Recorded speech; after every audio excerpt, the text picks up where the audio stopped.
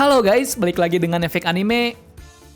Pada chapter 1050 kita diberikan suatu informasi yang sangat mengejutkan. Yakni ada beberapa scene menarik yang akan kami ulas pada video kali ini. Mengenai kenapa kekalahan dari Kaido dan Big Mom terjadi hal yang sama. Apakah semua ini hanya kebetulan? Berikut penjelasannya. Tapi sebelum kita menuju topik utama, jangan lupa untuk klik subscribe dan nyalakan lonceng notifikasinya agar selalu mendapatkan update seputar informasi anime dari kami.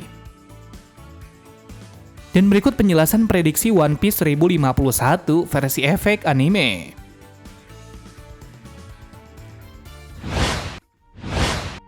Ulasan yang akan kita bahas pertama ialah kenapa Kaido dan Big Mom mengalami nasib yang sama, yaitu dikalahkan dengan dijatuhkan ke dasar tanah sampai tenggelam di magma di bawah Gunung Fuji.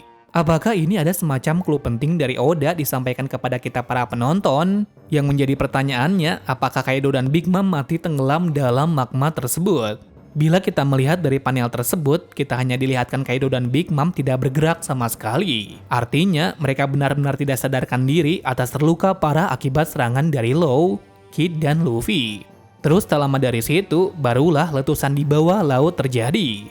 Barulah di situ ada sebuah box kecil dengan tulisan pemenang penentu dimenangkan oleh Luffy si topi jerami. Di situ kami mulai janggal dengan apa yang terjadi. Mengingat sudah beberapa kali Oda membuat skenario pembaruan siapa pemenangnya dan kemudian diturunkan lagi oleh karakter lain seperti Nekomamushi dan Momonosuke.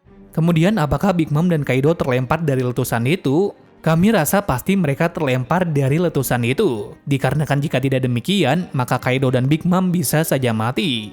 Hal ini akan sesuai dengan statement dari Oda yang pernah mengatakan dia tidak akan mematikan suatu karakter penting lagi. Jadi kita bisa berasumsi bahwa saat letusan itu, Kaido dan Big Mom terlempar ke suatu tempat di daratan sekitar atau jauh dari tempat itu. Seolah-olah Oda membuat ini agar terlihat dalam scene tersebut Kaido dan Big Mom benar-benar bisa mati.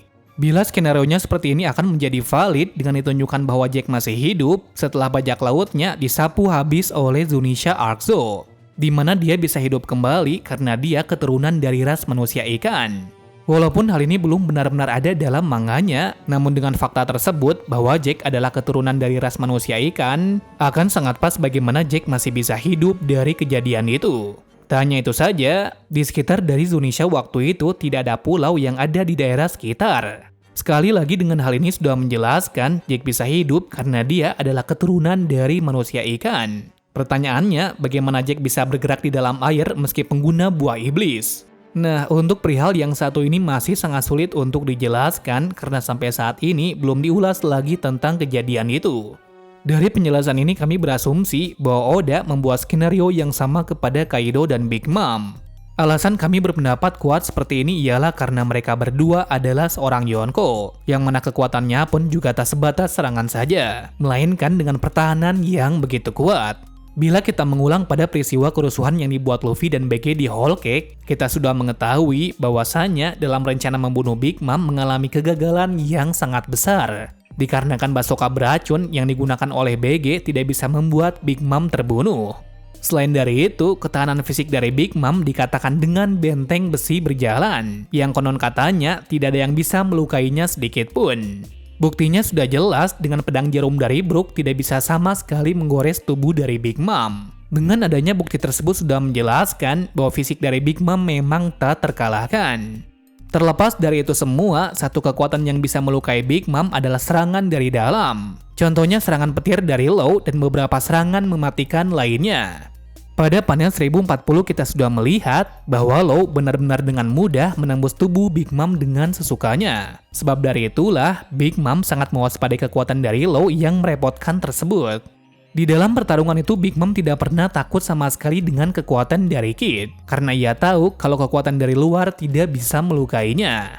Benar sekali, beberapa serangan dari Kid yang mematikan tetap bisa ditahan olehnya.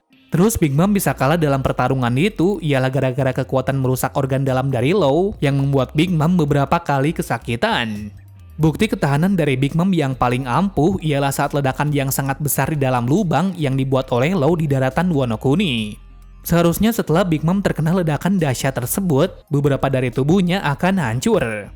Kenapa kok sampai hancur? Karena daya ledak dari bom tersebut bisa menghancurkan satu pulau sekalipun. Tetapi nyatanya, dalam chapter 1050, tubuh dari Big Mom masih lengkap. Menandakan kalau kekuatan fisik dari Big Mom benar-benar mutlak seperti julukannya tersebut. Sehingga di saat tenggelam dalam magma yang sangat panas tersebut, masih berkemungkinan besar bahwa Big Mom masih bisa hidup.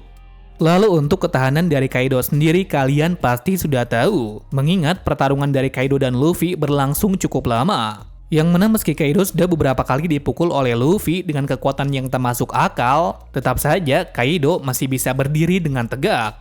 Tidak hanya itu saja, dia juga masih diharuskan menahan Onigashima dengan Homura Gomunya. Pastinya dengan kekuatannya tersebut, meski Kaido sudah dikirim ke dasar tanah oleh Luffy sampai ke lahar magma, sepertinya Kaido masih tetap bisa bertahan. Disinilah dia mengeluarkan sisa-sisa kekuatannya untuk melapisi fisiknya sampai meletusnya gunung di bawah laut tersebut. Nah, dengan meletusnya gunung di bawah laut, mereka bisa keluar dari lahar magma yang panas itu. Walaupun teori ini agak sedikit memaksakan, tetapi hanya ini saja cara agar Kaido dan Big Mom bisa keluar dari dasar tanah tersebut. Selain dari kekalahan Kaido, dalam chapter ini ada yang menarik perhatian, yakni mengenai siapa shogun baru di Wano Kuni. Seperti yang kita ketahui, dalam 20 tahun ke belakang, penduduk sudah mengalami nasib yang sangat buruk atas kepemimpinan dari Kaido dan Orochi. Sehingga dengan kemenangan hari ini, penderitaan 20 tahun lamanya telah berakhir. Akan tetapi masalah tak sampai di situ, karena berikutnya mereka harus membangun negeri ini kembali menjadi Wano Kuni yang dulu. Dimana pastinya dengan kekalahan dari Orochi dan Kaido, mereka harus membangun ulang sistem dari negeri ini menjadi lebih baik lagi dan merata. Dan seperti yang terlihat saat ini, kota yang paling makmur adalah ibu kota bunga saja. Jelas dengan hal ini akan banyak masalah yang diatasi oleh Momonosuke dan Hiyori nantinya. Jadi Wano Kuni harus memilih pemimpin yang sesuai dengan kriteria perkembangan Wano Kuni yang sekarang. Bisa diartikan yang pantas menjadi shogun yang baru adalah Komurasaki alias Hiyori. Selain Hiyori sangat pantas menjadi shogun selanjutnya, dia juga mengetahui seluk-beluk yang terjadi dalam negeri yang busuk ini. Tidak hanya itu, dia juga sudah mempunyai popularitas yang tinggi sebagai Oiran. Akan hal ini, nantinya banyak dari penduduk akan memilih Hiyori sebagai shogun yang baru. Terus kenapa bukan Momonosuke yang menjadi shogun? Alasannya sudah jelas karena dia masih memiliki pemikiran di usia 8 tahun. Mengartikan masih belum layak untuk menjadi shogun yang sebenarnya. Untuk masalah ini, Momo masih belum siap dan diharuskan belajar agar bisa menjadi shogun yang sebenarnya. Kesimpulannya kemungkinan besar untuk sementara waktu yang menjadi shogun adalah Hiyori. Kemudian yang menjadi asisten pribadinya adalah Denjiro. Lalu untuk seperti Kinemon dan lainnya, termasuk Izo dan Momonosuke akan berusaha sangat keras untuk mengembangkan pengetahuannya tentang Wano Kuni. Bila semua hal tersebut bisa mereka lakukan, maka Hiyori sebagai shogun sementara akan menyerahkan tatanya kepada Momonosuke untuk menjadi shogun yang sebenarnya untuk Wano Kuni. Dikarenakan kekuatan dan pengetahuannya sudah cukup untuk melindungi negara Wano yang akan dibuka.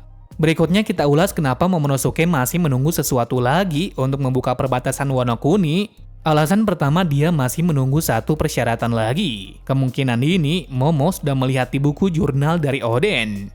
Bahkan sebelum chapter ini, kita juga dilihatkan Momo enggan membuka Wano Kuni akibat suatu hal yang tidak diinginkan. Entah apa maksudnya itu, karena di dalam jurnal dari Oden ada satu kertas yang dirobek yang berkaitan dengan pulau terakhir. Jadi apakah yang ditunggu oleh Momonosuke sebenarnya?